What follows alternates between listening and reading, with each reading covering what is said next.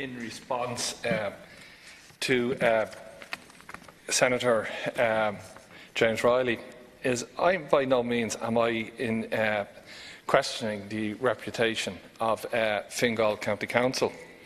What I'm doing is trying to raise the issue in relation to the statutory regulations under the EU Directive 598/2014.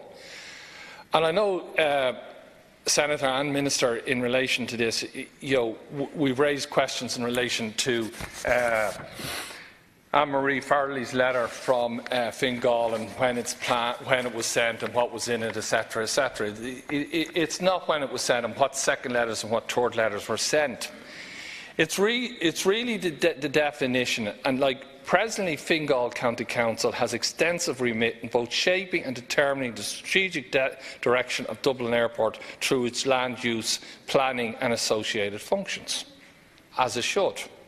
But that's a contradiction in relation to then if it becomes the noise regulator. And the following on from the adoption of the development plan, Dublin Fingal has the local area plan, and planning is total remit of Fingal County Council, and it should be. There's no contradiction, Senator, in relation to having a responsibility in relation to planning local area plans and development plans and master plans. Those are totally the remit of a local authority. But when you give a local authority a contradictory function, that's the problem. And then how the CEO in itself acts without direction from the local authority members. And if anything, if we've learned anything from the disasters of the noughties, is this type of regulation in Chinese walls. They don't work. There has to be an amount of clarity. And that clarity isn't there. And as Fingal County Council said, in light of this existing complex and varied role of Fingal County Council plays, as outlined above, it's considered the Council may not be best placed to act as a competent authority for the purpose of implementation regulation 598/14, with particular reference to clause 13, which I pointed out. Now, Minister, the rights and wrongs, this was a thoughtful disposition in 2017. And as Senator Norris, I don't know what political pressures were put on or if there was any.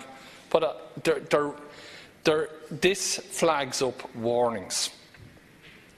And really, Minister, I'm asking you to tread very carefully in relation to this.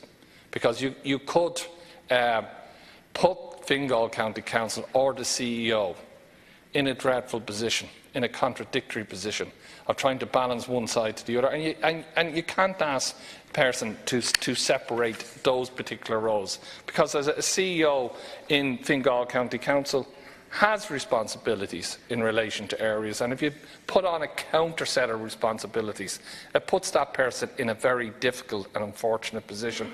So, Minister,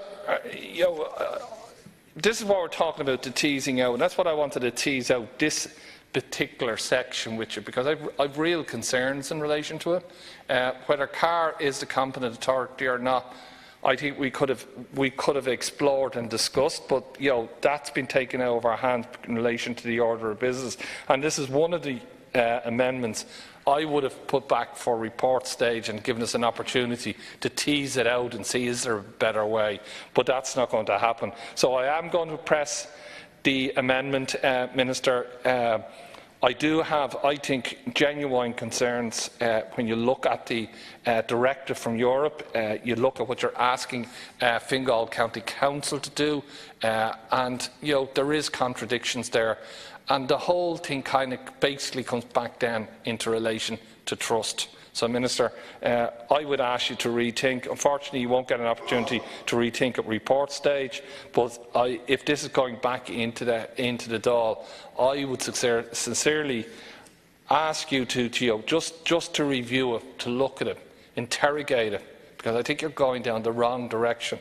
And I think ultimately you could be found wrong within the courts.